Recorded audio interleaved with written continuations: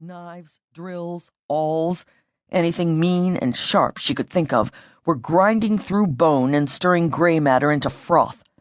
Each tiny brain cell nailed to its own tiny cross was keening to die. Molly was going to kill her.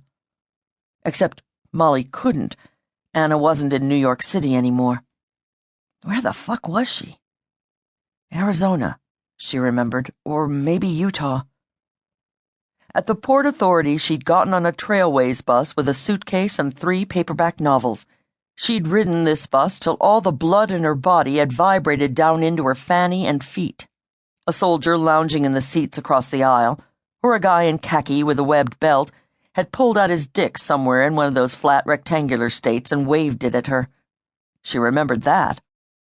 "What am I supposed to do?" she'd asked. Faint? Scream? What? He'd put it back in then.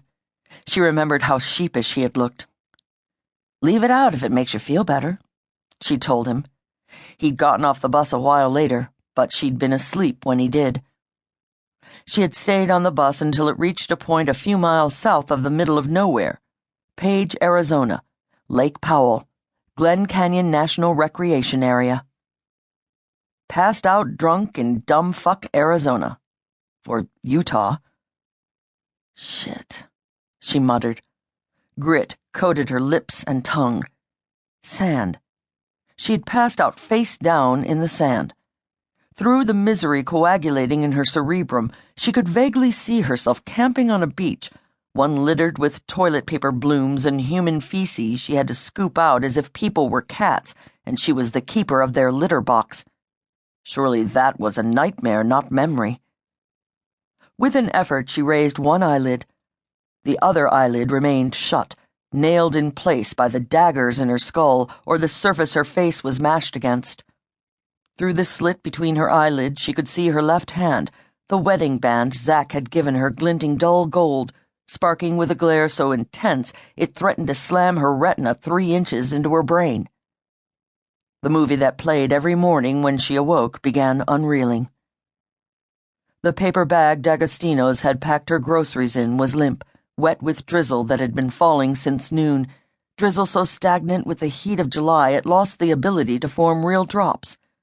Her hair was damp, braid trailing down her back, heavy as a hangman's rope. The Levi's that had fit when she'd put them on that morning stretched and drooped in the steam till they threatened to fall from her hip bones. Her pants legs trailed on the sidewalk. She was waiting to cross 9th Avenue at 41st, one long block to 10th, and she was almost home. "Pigeon!" came a shout.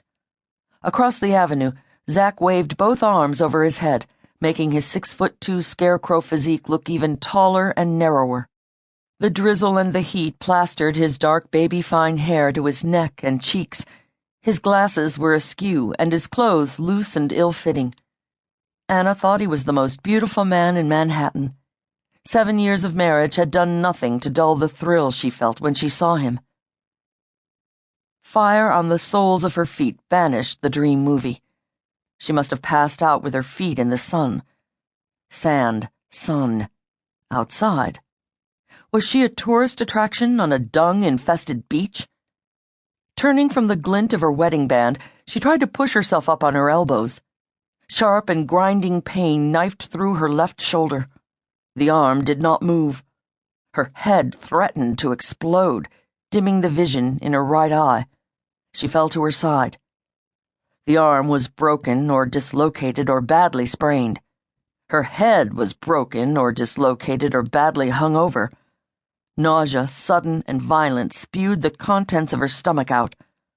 Dizziness, so bad she dug her fingers into the dirt to keep from being pitched off the surface of the earth, spun her.